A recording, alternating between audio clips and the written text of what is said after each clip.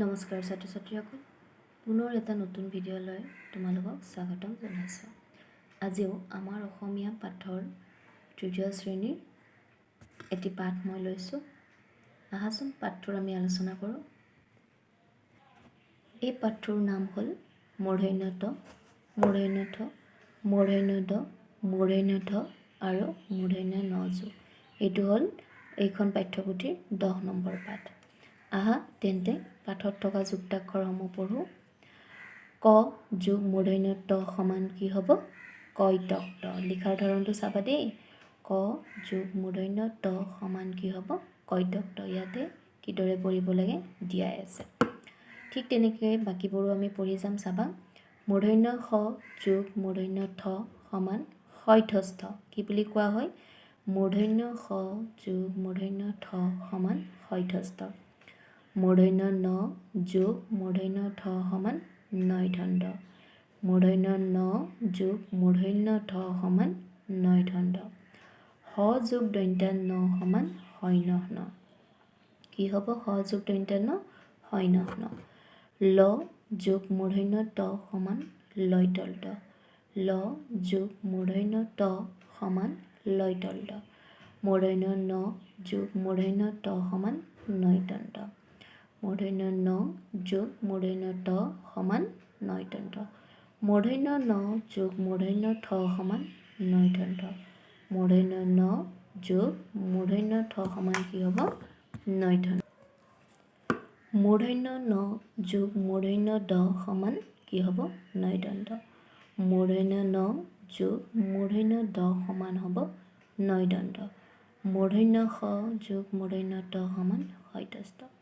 মূৰ্ধন্য স যোগ মূৰ্ধন্য ট সমান কি হ'ব? শৈতস্থ। এতিয়া এই যিকেইটা যুক্তাক্ষৰ আমি পঢ়িলোঁ, এইকেইটাৰ প্ৰয়োগ তলৰ এই শব্দবোৰত দিয়া হৈছে। গতিকে তোমালোকে এই শব্দবোৰ ভালদৰে পঢ়িবা আৰু মই এই শব্দকেইটা পঢ়ি দিছোঁ, তোমালোকে সেইধৰণে পঢ়িবলৈ চেষ্টা কৰিবা। প্ৰথমে আছে কণ্ঠ, ওষ্ঠ, পণ্ড, ষষ্ঠ, ঘণ্টা, কাণ্ড, চেষ্টা, ফাণ্ড, জ্যেষ্ঠ, পুষ্টি, নিষ্ঠা, সৃষ্টি। কুণ্ডল, তাণ্ডৱ, ধনিষ্ঠা, পাণ্ডৱ, অষ্টম, বশিষ্ঠ, ষষ্ঠম, ঘনিষ্ঠ, পল্টন, পণ্ডিত, ট্ৰেক্টৰ, মণ্ডিত, সন্ধালনী, অক্টোবৰ, যীশুখ্ৰীষ্ট, পুষ্টিকৰ, যুধিষ্ঠিৰ, অপৰাহ্ন, কাণ্ডজ্ঞান, উপকণ্ঠ, কৃষ্ণচূড়া, পাণ্ডুলিপি, গণ্ডগোল আৰু পৰিপুষ্টি। এতিয়া তোমালোকৰ এই পাঠটিত থকা এই দফাটোৰ অৰ্থ মই বুজাই যাম, তোমালোকে মন দি শুনি যাবা। লগতে এই দফাটো তোমালোকে পঢ়িবলৈ চেষ্টা কৰিবা। অক্টোবৰ মাহটো ইংৰাজী বৰ্ষৰ 10ম মাহ। ইংৰাজী বৰ্ষৰ 10ম মাহ মানে 10 নম্বৰ মাহটো। এনেই এক মাহত এবছৰত কেইটা মাহ থাকে তোমালোকে জানা নিশ্চয়? 12 মাহ, হয়নে? ইংৰাজীৰো এবছৰত 12টা মাহ থাকে, ঠিক তেনেকৈ অসমীয়াৰো এবছৰত 12টা মাহ থাকে। গতিকে ইংৰাজী নৱবৰ্ষৰ বা ইংৰাজী বৰ্ষৰ 10ম মাহটো হ'ল অক্টোবৰ। বাকী মাহকেইটাৰ নামো তোমালোকে জানি ল'বা দেই, যদিহে কোনোবাই নাজানা। যুধিষ্ঠিৰ পাণ্ডৱসকলৰ জ্যেষ্ঠ ভাতৃ। যুধিষ্ঠিৰ তোমালোকে মহাভাৰত নিশ্চয় সকলোৱে চাইছা, হয়নে? তাত পাণ্ডৱ আৰু কৌৰৱ বংশৰ কথা নিশ্চয় শুনিছা। গতিকে পাণ্ডৱ বংশৰ যুধিষ্ঠিৰ, ভীম, অৰ্জুন, নকুল আৰু সহদেৱ, এই 5জনক পঞ্চপাণ্ডৱ বুলি কোৱা হয়।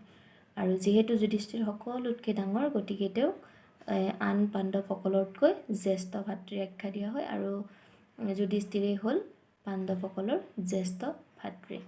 বশিষ্ঠ মুনিয়ে গুৱাহাটীৰ উপকণ্ঠত আশ্ৰম প্ৰতিষ্ঠা কৰিছিল।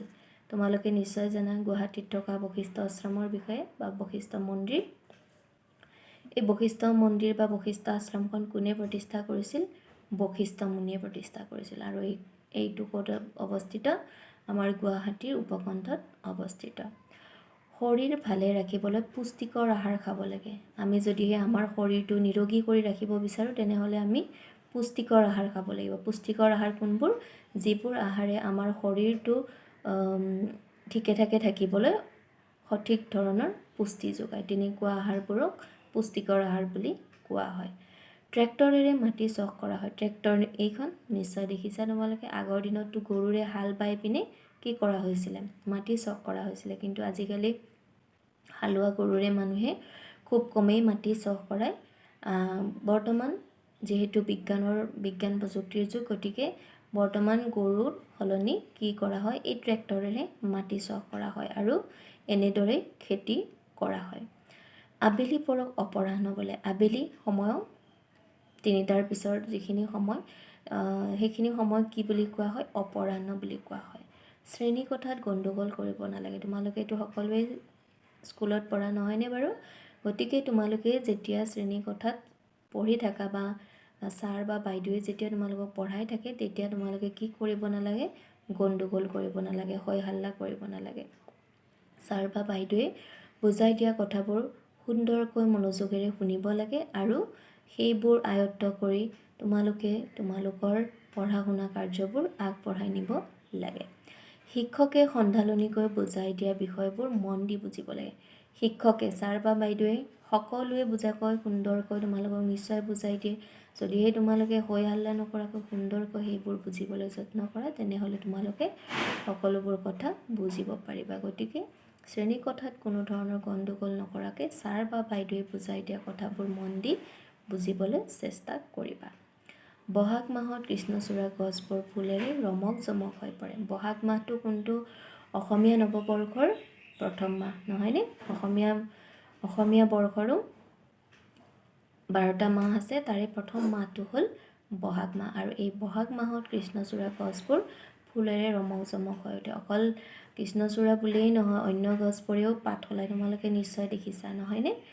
অন্য গছৰ লগতে কৃষ্ণচূড়া গছবোৰেও এই বহাগ মাহত ফুলেৰে ৰমক জমক হৈ পৰে।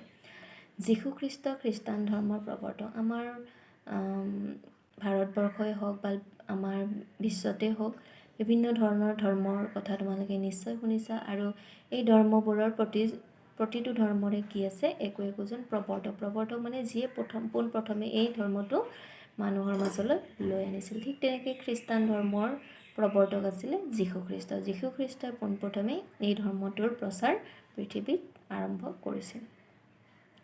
দেশৰ হকে যুঁজিবলৈ আমাৰ জোৱানসকল সদায় সষ্টম হৈ থাকে। জোৱান মানে এই যে তোমাৰ আৰক্ষী জোৱানসকলৰ কথা বুজোৱা হৈছে, যিসকলে নিজৰ প্ৰাণ ত্যাগ কৰি হ'লেও আমাৰ দেশৰ হকে যুঁজিবলৈ সদায় সষ্টম হৈ থাকে। তেওঁলোকে সুন্দৰকৈ ডিউটি কৰাৰ বাবেহে আমি কি কৰি থাকিব পাৰোঁ, শান্তিৰে শুব পাৰোঁ বা থাকিব পাৰোঁ। গতিকে এনেই জোৱানসকলৰ প্ৰতি আমি সদায় শ্ৰদ্ধাশীল হোৱা উচিত। পাঠ্যৰ শব্দৰ অৰ্থবোৰ বুজিব বিচাৰিলে তোমালোকে এই অৰ্থবোৰ ইয়াতে চাই ল'বা।